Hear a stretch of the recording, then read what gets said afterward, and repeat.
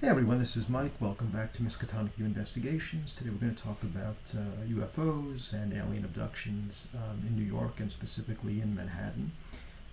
Yes, believe it or not, there have been UFOs spotted over the skies of Manhattan, New York City, and some of the boroughs, as well as, of course, in upstate New York.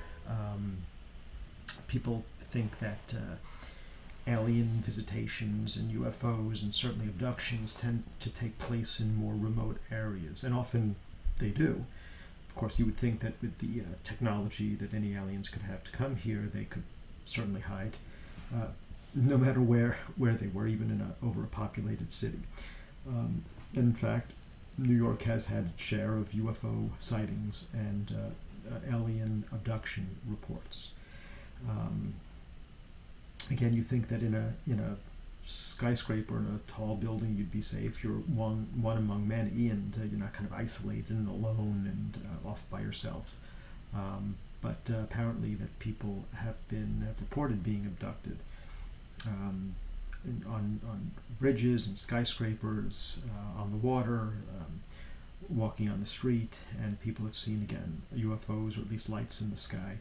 And of course, with the recent interest that the military has in UFO reports and taking them seriously, at least as seriously as they did in the 40s and 50s. Apparently, they were taking them seriously. They had the Project Blue Book.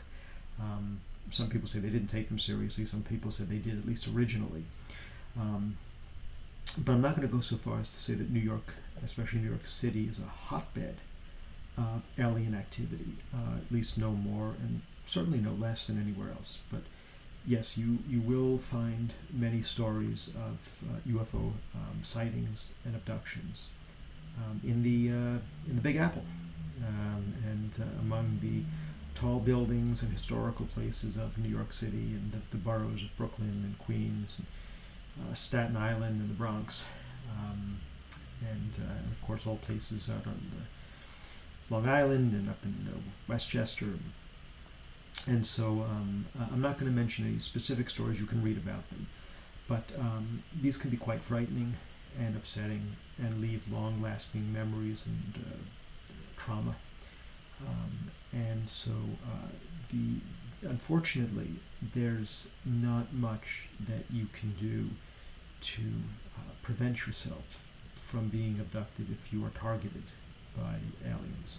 Obviously, if you see lights in the sky, we don't know what they are. They could be natural phenomena. They could be UFOs. We don't know. But usually, a lot of people see them, and you're unlikely to be targeted because you're watching lights in the sky. I think if they are aliens, they're not looking down and saying, "Oh, look, that person over there is looking at us. Let's go get them."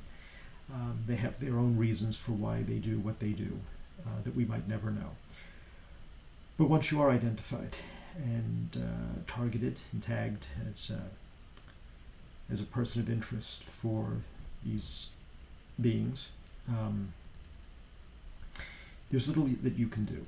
You can deal with the emotional impact of such a thing. There's just talking it through. There's hypnotherapy, regression, and ways of bringing out what happened if you feel that that's what's been going on. Of course, you need to find a credible hypnotherapist or just a regular therapist who won't implant memories or won't support you in things that maybe some people it didn't happen to, but they convinced themselves it did. You want to be real about this. You want to be credible and ethical. But so again, there's not that much you can do. Maybe there's a pattern of abduction. Maybe you know that it's once every couple of months, maybe once a year, maybe even once every few years.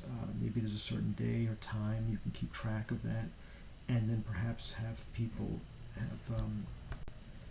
that are UFO investigators and that work with alien abductees. Perhaps they can be around. They can sit with you at the times that these are likely to happen. And at least to provide some moral support, and perhaps if someone else is there, they won't come at that particular time.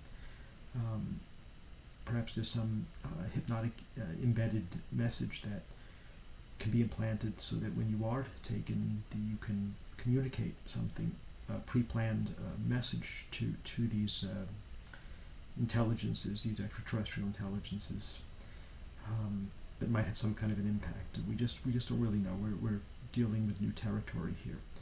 It's good that the government seems to be involved. Other governments around the world seem to be more involved, but it can be very scary and very lonely to be in this situation. So just do the best you can.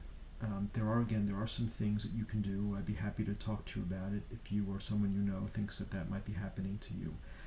So you can certainly reach out.